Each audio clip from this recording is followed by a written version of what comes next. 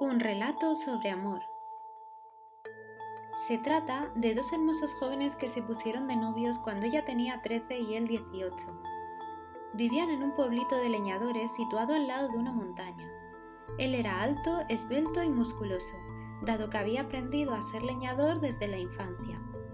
Ella era rubia, de pelo muy largo, tanto que le llegaba hasta la cintura. Tenía los ojos celestes, hermosos y maravillosos. La historia cuenta que habían noviado con la complicidad de todo el pueblo, hasta que un día, cuando ella tuvo 18 y él 23, el pueblo entero se puso de acuerdo para ayudar a que ambos se casaran. Les regalaron una cabaña con una parcela de árboles para que él pudiera trabajar como leñador. Después de casarse, se fueron a vivir allí para la alegría de todos, de ellos, de su familia y del pueblo, que tanto había ayudado en esa relación.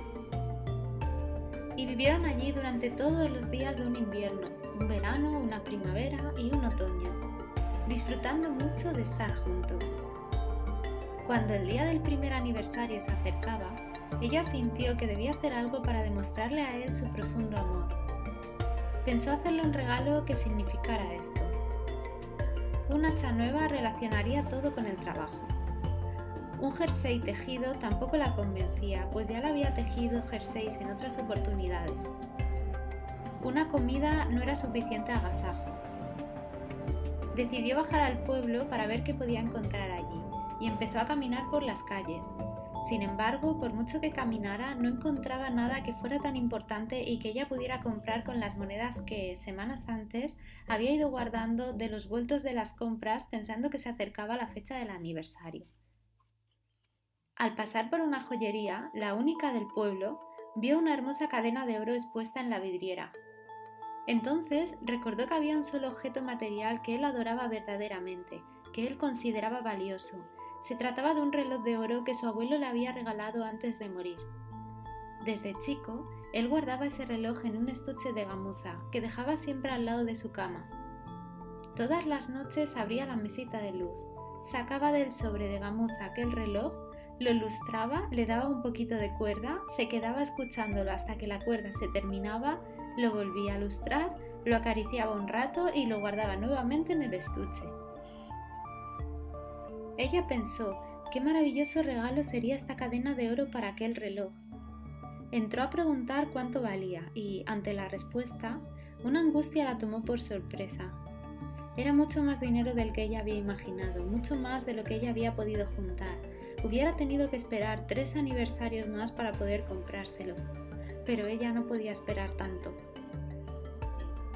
Salió del pueblo un poco triste, pensando qué hacer para conseguir el dinero necesario para esto. Entonces pensó en trabajar, pero no sabía cómo, y pensó hasta que, al pasar por la única peluquería del pueblo, se encontró con un cartel que decía: «Se compra pelo natural». Y como ella tenía ese pelo rubio que no se había cortado desde que tenía 10 años, no tardó en entrar a preguntar. El dinero que le ofrecían alcanzaba para comprar la cadena de oro y todavía sobraba para una caja donde guardar la cadena y el reloj. Así que no dudó, le dijo a la peluquera: «Si dentro de 3 días regreso para venderle mi pelo, ¿usted me lo compraría?» «Seguro», fue la respuesta. «Entonces en 3 días estaré aquí». Regresó a la joyería, dejó reservada la cadena y volvió a su casa. No dijo nada. El día del aniversario, ellos dos se abrazaron un poquito más fuerte como de costumbre. Luego él se fue a trabajar y ella bajó al pueblo. Se hizo cortar el pelo bien corto y luego de tomar el dinero se dirigió a la joyería. Compró allí la cadena de oro y la caja de madera. Cuando llegó a su casa cocinó y esperó que se hiciera la tarde, momento en que él solía regresar. A diferencia de otras veces que iluminaba la casa cuando él llegaba, esta vez ella bajó las luces, puso solo 2 velas y se colocó un pañuelo en la cabeza. Porque él también amaba su pelo y ella no quería que él se diera cuenta de que se lo había cortado. Ya habría tiempo después para explicárselo. Él llegó, se abrazaron muy fuerte y se dijeron lo mucho que se querían. Entonces ella sacó de debajo de la mesa la caja de madera que contenía la cadena de oro para el reloj. Y él fue hasta el ropero y extrajo de allí una caja muy grande que le había traído mientras ella no estaba.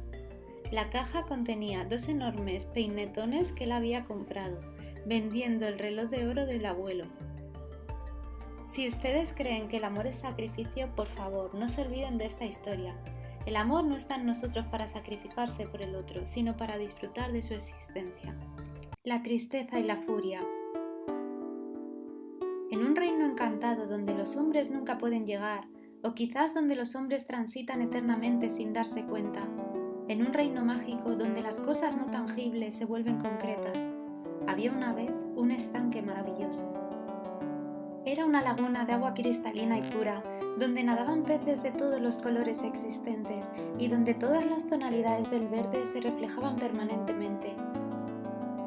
Hasta ese estanque mágico y transparente se acercaron a bañarse, haciéndose mutua compañía, la tristeza y la furia. Las dos se quitaron sus vestimentas y desnudas las dos entraron al estanque. La furia, apurada, como siempre está la furia, urgida, sin saber por qué, se bañó rápidamente y más rápidamente salió del agua. Pero la furia es ciega, o por lo menos no distingue claramente la realidad, así que, desnuda y apurada, se puso al salir la primera ropa que encontró. Y sucedió que esa ropa no era la suya, sino la de la tristeza. Y así, vestida de tristeza, la furia se fue. Muy calma y muy serena, dispuesta como siempre a quedarse en el lugar donde está, la tristeza terminó su baño y sin ningún apuro, o mejor dicho, sin conciencia del paso del tiempo, con pereza y lentamente salió del estanque. En la orilla se encontró con que su ropa ya no estaba.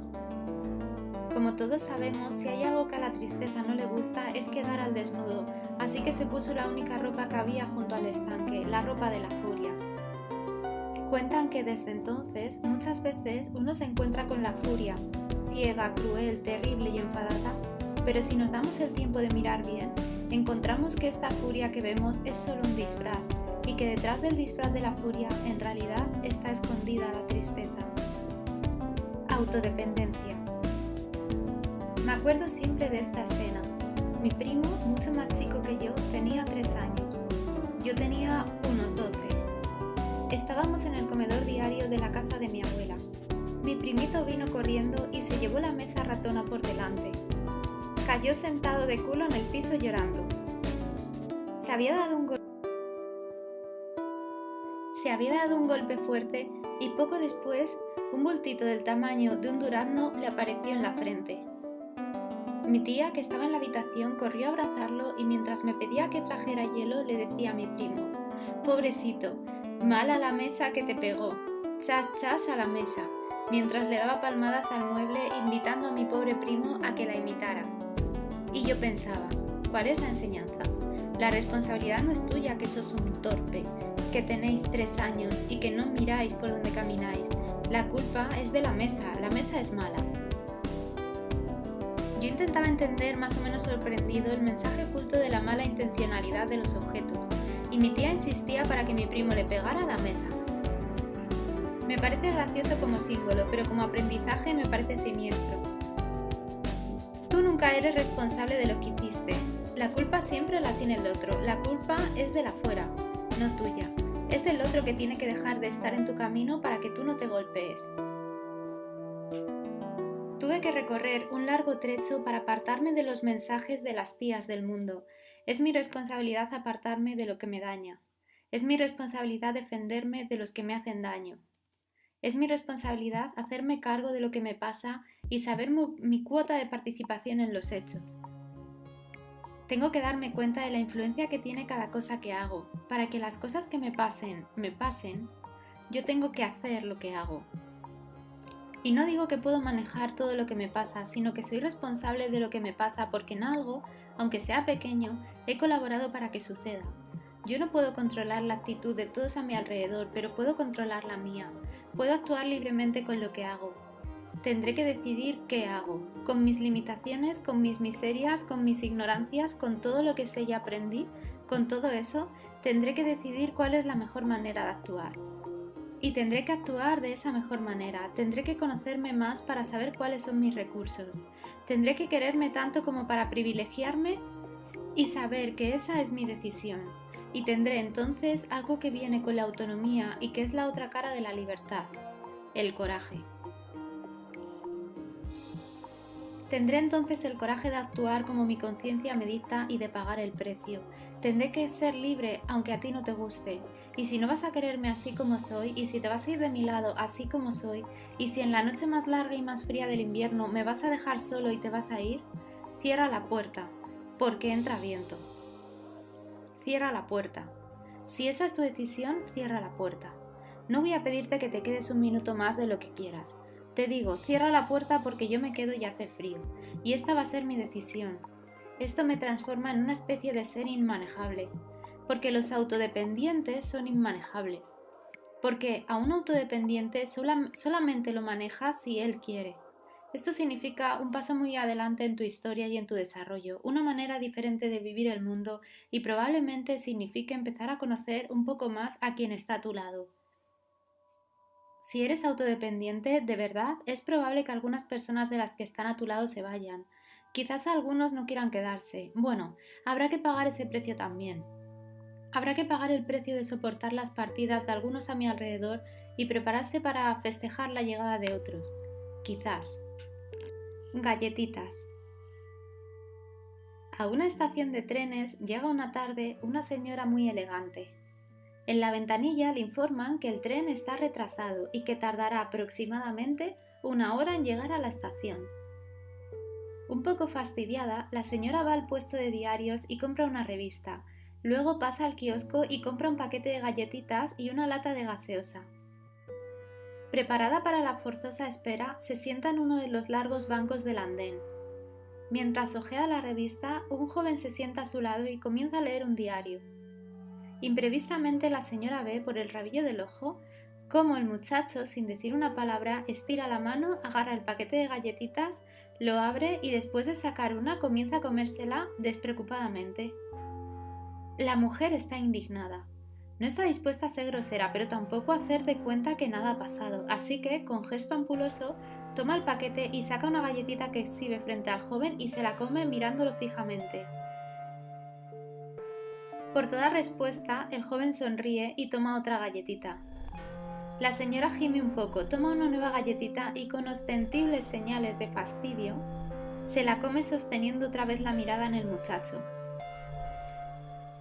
El diálogo de miradas y sonrisas continúa entre galleta y galleta. La señora cada vez más irritada, el muchacho cada vez más divertido. Finalmente, la señora se da cuenta de que en el paquete solo queda la última galletita. No podrá ser tan cara dura, piensa, y se queda como congelada mirando alternativamente al joven y a las galletitas. Con calma, el muchacho alarga la mano, toma la última galletita y con mucha suavidad la corta exactamente por la mitad. Con su sonrisa más amorosa le ofrece media a la señora. «Gracias», dice la mujer tomando con rudeza la media galletita. «De nada», contesta el joven sonriendo angelical mientras come su mitad. El tren llega.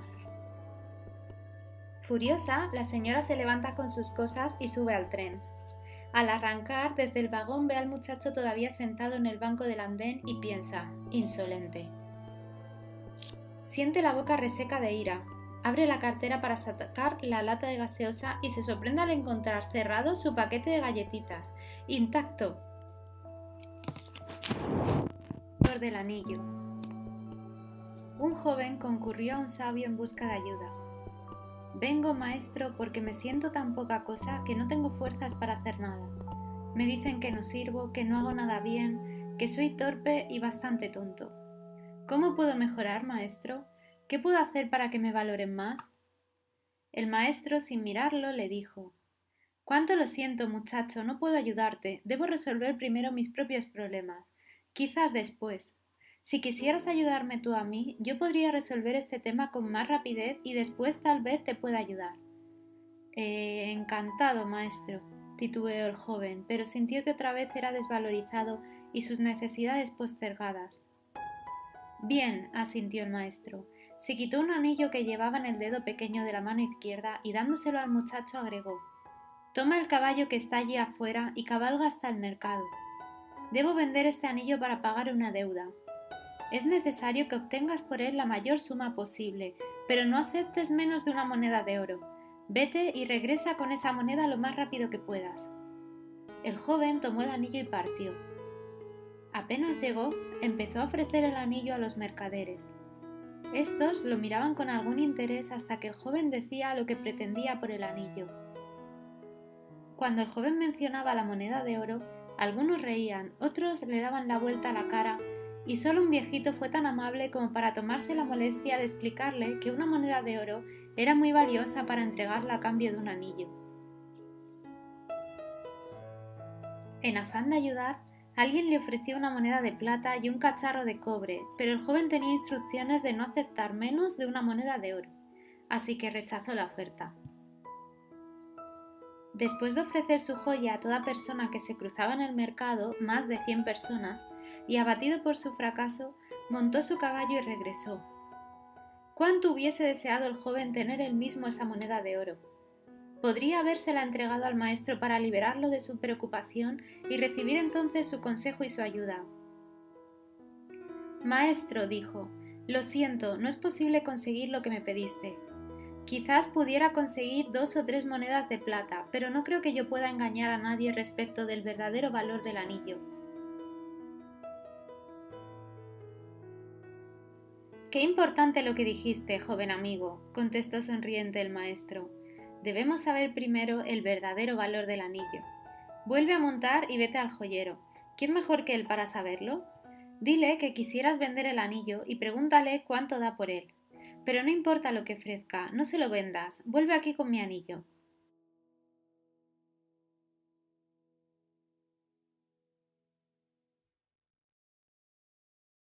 El joven volvió a cabalgar. El joyero examinó el anillo a la luz del candil, lo miró con su lupa, lo pesó y luego le dijo: Dile al maestro muchacho que si lo quiere vender ya, no puedo darle más que 50 monedas de oro por su anillo. ¿50 monedas? Exclamó el joven. Sí, replicó el joyero. Yo sé que con tiempo podríamos obtener poner cerca de 70 monedas, pero no sé, si la venta es urgente. El joven corrió emocionado a casa del maestro a contarle lo sucedido. Siéntate, dijo el maestro después de escucharlo.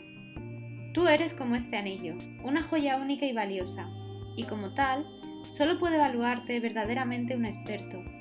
¿Qué haces por la vida pretendiendo que cualquiera descubra tu verdadero valor? Y diciendo esto, volvió a ponerse el anillo en el dedo pequeño de su mano izquierda.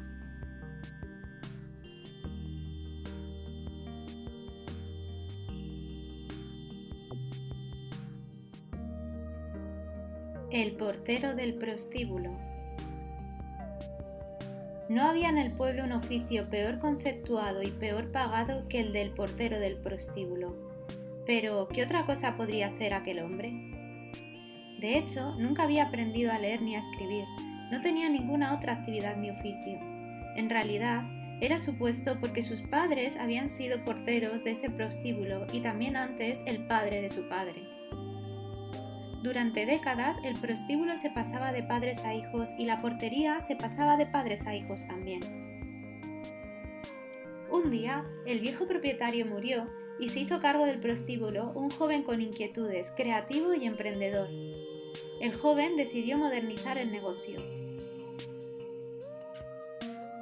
Modificó las habitaciones y después citó al personal para darle nuevas instrucciones. Al portero le dijo: a partir de hoy usted, además de estar en la puerta, me va a preparar una planilla semanal.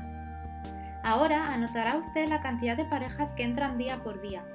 A una de cada 5 le preguntará cómo fueron atendidas y qué corregirían del lugar. Y una vez por semana me presentará esa plantilla con los comentarios que usted vea convenientes. El hombre tembló, nunca le había faltado disposición al trabajo, pero... Me encantaría satisfacerlo, señor, balbuceó.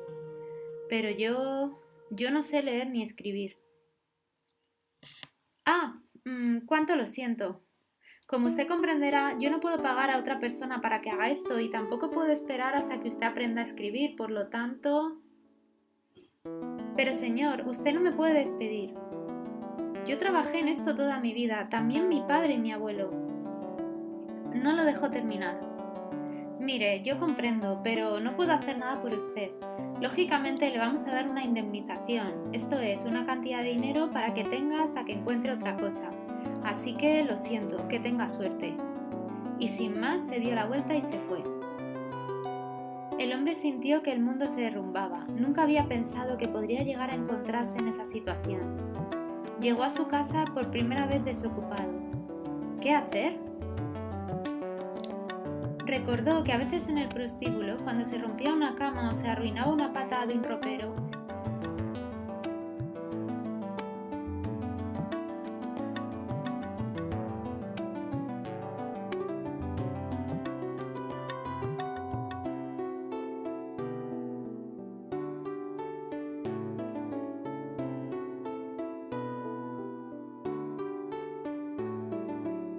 él, con su martillo y clavos, se las ingeniaba para hacer un arreglo sencillo y provisorio. Pensó que esta podría ser una ocupación transitoria hasta que alguien le ofreciera un empleo. Buscó por todas las casas las herramientas que necesitaba. Solo tenía unos clavos oxidados y una tenaza mellada. Tenía que comprar una caja de herramientas completa. Para eso usaría una parte del dinero recibido. En la esquina de su casa se enteró de que en su pueblo no había una ferretería y que debía viajar 2 días en mula para ir al pueblo más cercano a realizar la compra. ¿Qué más da?, pensó, y emprendió la marcha. A su regreso traía una hermosa y completa caja de herramientas. No había terminado de quitarse las botas cuando llamaron a la puerta de su casa. Era su vecino. Toc, toc, toc. Vengo a preguntarle si no tiene un martillo para prestarme. Mire, sí, lo acabo de comprar, pero lo necesito para trabajar. Como me quedé sin empleo... Bueno, pero yo se lo devolvería mañana bien temprano. Está bien. A la mañana siguiente, como había prometido, el vecino tocó la puerta. Toc, toc, toc. Mire, yo todavía necesito el martillo. ¿Por qué no me lo vende? No, yo lo necesito para trabajar y además la ferretería está 2 días de mula. Hagamos un trato, dijo el vecino. Yo le pagaré a usted los 2 días de ida y los 2 de vuelta, más el precio del martillo. Total, usted está sin trabajar. ¿Qué le parece? Realmente esto le daba un trabajo por 4 días. Aceptó. Volvió a montar su mula. Al regreso, otro vecino lo esperaba en la puerta de su casa. Hola, vecino. ¿Usted le vendió un martillo a nuestro amigo? Sí. Yo necesito unas herramientas. Estoy dispuesto a pagarle sus 4 días de viaje y una pequeña ganancia por cada herramienta. Usted sabe, no todos podemos disponer de 4 días para nuestras compras. El exportero abrió su caja de herramientas y su vecino eligió una pinza, un destornillador, un martillo y un cincel. Le pagó y se fue. No todos disponemos de 4 días para compras, recordaba. Si esto era cierto, mucha gente podría necesitar que él viajara a traer herramientas. En el siguiente viaje decidió que arriesgaría un poco del dinero de la indemnización trayendo más herramientas que las que había vendido. De paso, podría ahorrar algún tiempo de viajes. La voz empezó a correrse por el barrio y muchos quisieron evitarse el viaje. Una vez por semana, el ahora corredor de herramientas viajaba y compraba lo que necesitaban sus clientes. Pronto entendió que si pudiera encontrar un lugar donde almacenar las herramientas, podría ahorrar más viajes y ganar más dinero. Alquiló un galpón. Luego le hizo una entrada más cómoda y algunas semanas después, con una vidriera, el galpón se transformó en la primera ferretería del pueblo. Todos estaban contentos y compraban en su negocio. Ya no viajaba, de la ferretería del pueblo vecino le enviaban sus pedidos. Él era un buen cliente.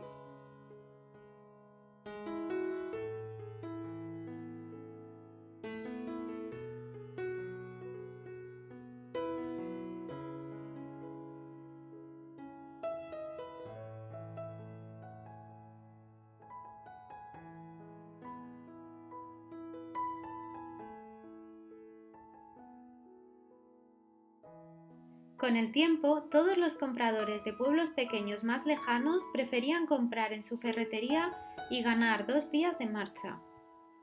Un día se le ocurrió que su amigo, el tornero, podría fabricar para él las cabezas de los martillos. Y luego, ¿por qué no?, las tenazas y las pinzas y los cinceles. Y luego fueron los clavos y los tornillos. Para no hacer muy largo el cuento, sucedió que en 10 años aquel hombre se transformó con honestidad y trabajo en un millonario fabricante de herramientas, el empresario más poderoso de la región.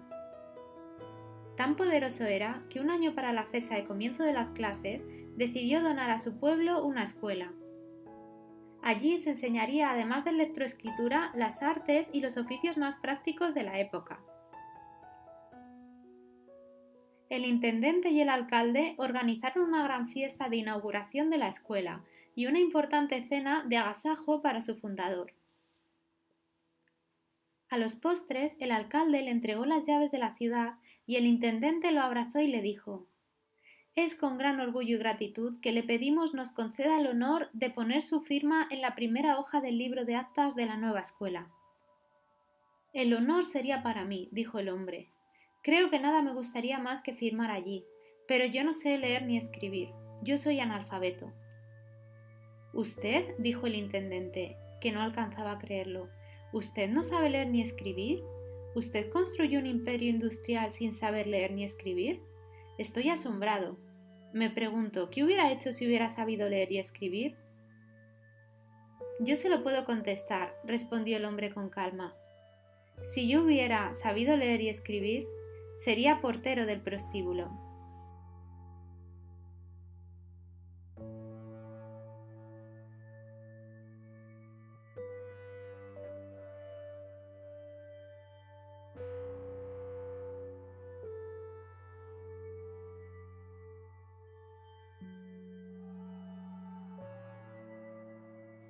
La ciudad de los pozos. Esta ciudad no estaba habitada por personas como todas las demás ciudades del planeta. Esta ciudad estaba habitada por pozos vivientes, pero pozos al fin. Los pozos se diferenciaban entre sí no solo por el lugar en el que estaban excavados, sino también por el brocal, la apertura que los conectaba con el exterior. Había pozos pudientes y ostentosos con brocales de mármol y de metales preciosos, pozos humildes de ladrillo y madera y algunos otros más pobres, con simples agujeros pelados que se abrían en la tierra. La comunicación entre los habitantes de la ciudad era de brocal a brocal y las noticias cundían rápidamente de punta a punta del poblado. Un día llegó a la ciudad una moda que seguramente había nacido en algún pueblito humano. La nueva idea señalaba que todo ser viviente que se precie debería cuidar mucho más lo interior que lo exterior. Lo importante no es lo superficial, sino el contenido. Así fue como los pozos empezaron a llenarse de cosas. Algunos se llenaban de cosas, monedas de oro y piedras preciosas. Otros, más prácticos, se llenaron de electrodomésticos y aparatos mecánicos. Algunos más optaron por el arte y fueron llenándose de pinturas, pianos de cola y sofisticadas esculturas posmodernas. Finalmente, los intelectuales se llenaron de libros, de manifiestos ideológicos y de revistas especializadas. Pasó el tiempo. La mayoría de los pozos se llenaron a tal punto que ya no pudieron incorporar nada más. Los pozos no eran todos iguales, así que si bien algunos se conformaron, hubo otros que pensaron que debían hacer algo para seguir metiendo cosas en su interior.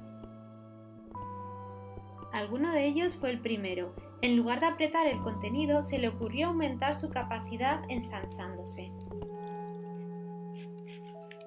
No pasó mucho tiempo antes de que la idea fuera imitada. Todos los pozos gastaban gran parte de sus energías en ensancharse para poder hacer más espacio en su interior. Un pozo, pequeño y alejado del centro de la ciudad, empezó a ver a sus camaradas ensanchándose desmedidamente.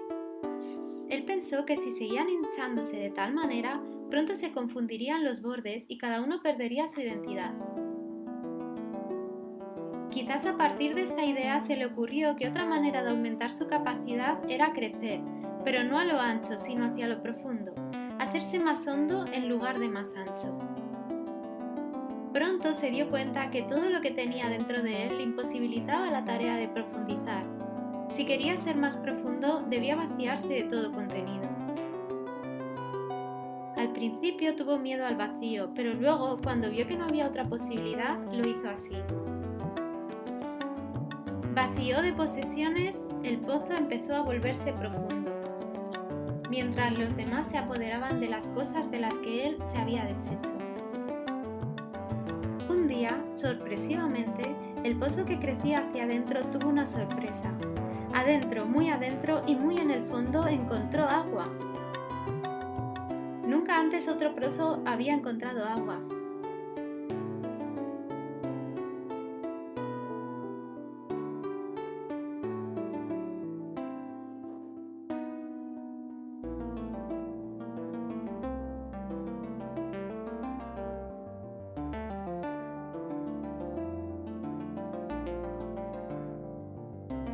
El pozo superó la sorpresa y empezó a jugar con el agua del fondo, humedeciendo las paredes, salpicando los bordes y por último sacando agua hacia afuera. La ciudad nunca había sido regada más que por la lluvia, que de hecho era bastante escasa, así que la tierra de alrededor del pozo, revitalizada por el agua, empezó a despertar.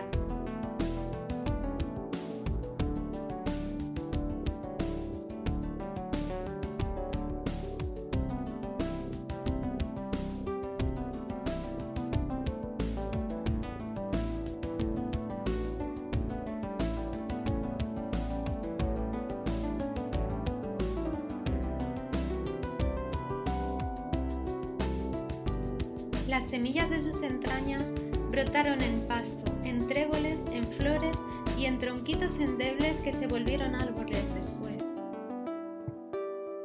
La vida explotó en colores alrededor del alejado pozo al que empezaron a llamar el vergel. Todos le preguntaban cómo había conseguido el milagro. Ningún milagro, contestaba el vergel. Hay que buscar en el interior, hacia lo profundo. Muchos quisieron seguir el ejemplo del vergel, pero desandaron la idea cuando se dieron cuenta de que para ir más profundo debían vaciarse.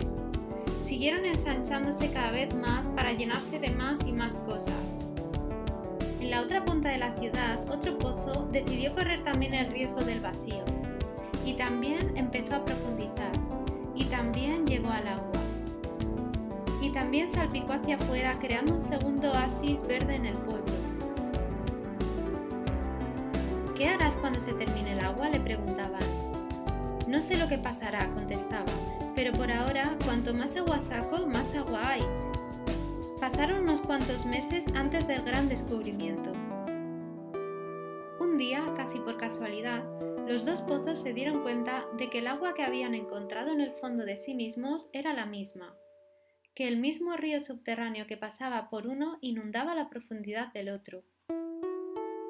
Se dieron cuenta de que se abría para ellos una nueva vida. No solo podían comunicarse de brocal a brocal, superficialmente, como todos los demás,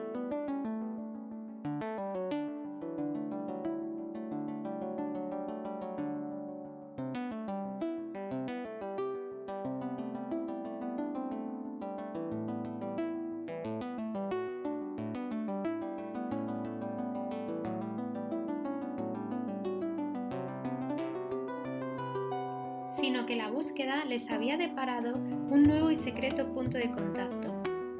La comunicación profunda que solo consiguen entre sí aquellos que tienen el coraje de vaciarse de contenidos y buscar en lo profundo de su ser lo que tienen para dar. Un lugar en el bosque. Esta historia nos cuenta de un famoso rabino jasídico, Baal Shem Tov. Baal Shem Tov era conocido dentro de su comunidad porque todos decían que él era un hombre tan piadoso, tan bondadoso, tan casto y tan puro que Dios escuchaba sus palabras cuando él hablaba. Se había hecho una tradición en este pueblo. Todos los que tenían un deseo insatisfecho o necesitaban algo que no habían podido conseguir iban a ver al rabino. Baal Shem Tov se reunía con ellos una vez por año en un día especial que él elegía y los llevaba todos juntos a un lugar único que él conocía en medio del bosque.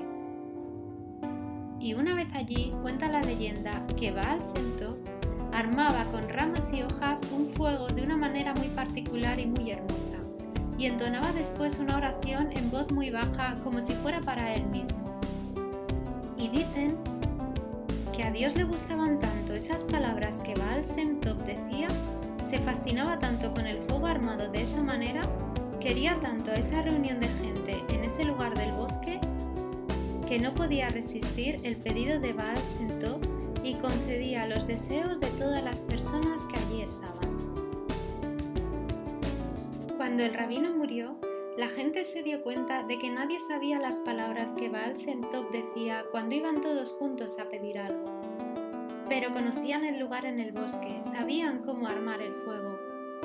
Una vez al año, siguiendo la tradición de Baal Shem Tov, todos los que tenían necesidades y deseos insatisfechos se reunían en ese mismo lugar en el bosque, prendían el fuego de la manera en que habían aprendido del viejo rabino y como no conocían las palabras, cantaban cualquier canción o recitaban un salmo, o solo se miraban y hablaban de cualquier cosa en ese mismo lugar alrededor del fuego.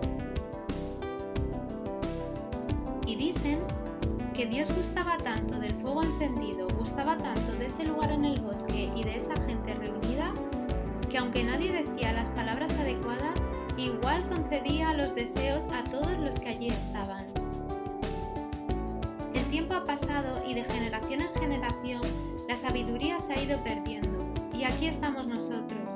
Nosotros no sabemos cuál es el lugar en el bosque, no sabemos cuáles son las palabras, ni siquiera sabemos cómo encender el fuego a la manera que Baal Shem Tov lo hacía.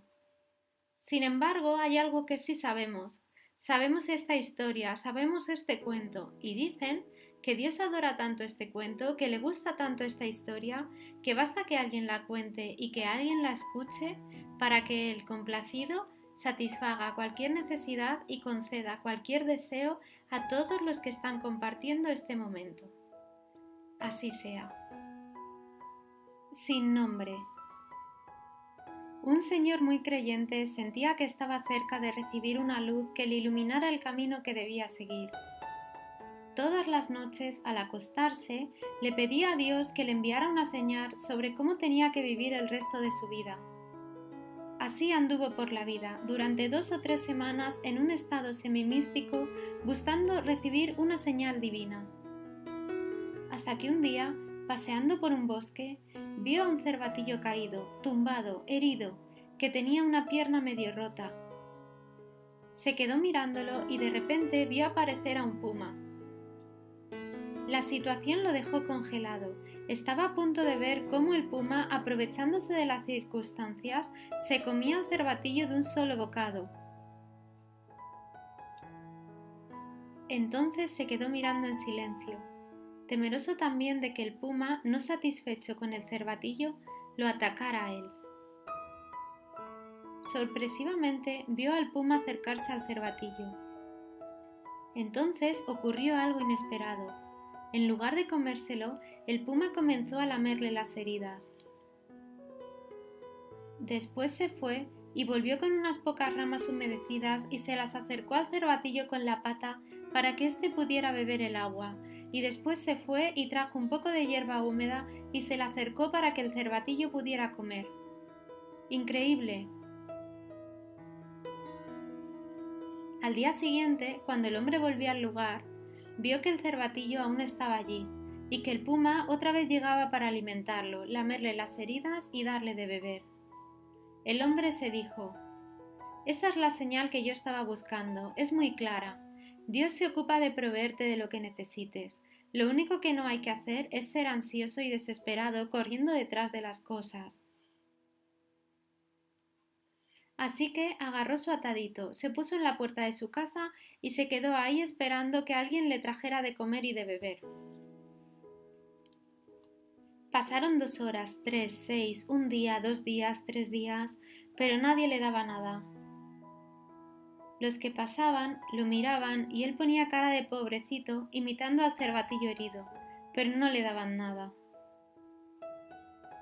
Hasta que un día pasó un señor muy sabio que había en el pueblo y el pobre hombre, que estaba muy angustiado, le dijo: «Dios me engañó, me mandó una señal equivocada para hacerme creer que las cosas eran de una manera y ahora resulta que son de otra. ¿Por qué me hizo esto? Yo soy un hombre creyente». Entonces le contó lo que había visto en el bosque. El sabio lo escuchó y luego dijo: Quiero que sepas algo. Yo también soy un hombre muy creyente. Dios no manda señales en vano. Dios te mandó esa señal para que aprendieras. El hombre le preguntó, ¿por qué me abandonó? Entonces el sabio le respondió, ¿qué haces tú, que eres un puma fuerte y listo para luchar, comparándote con un cervatillo? Tu lugar es buscar algún cervatillo a quien ayudar, encontrar a alguien que no pueda valerse por sus propios medios.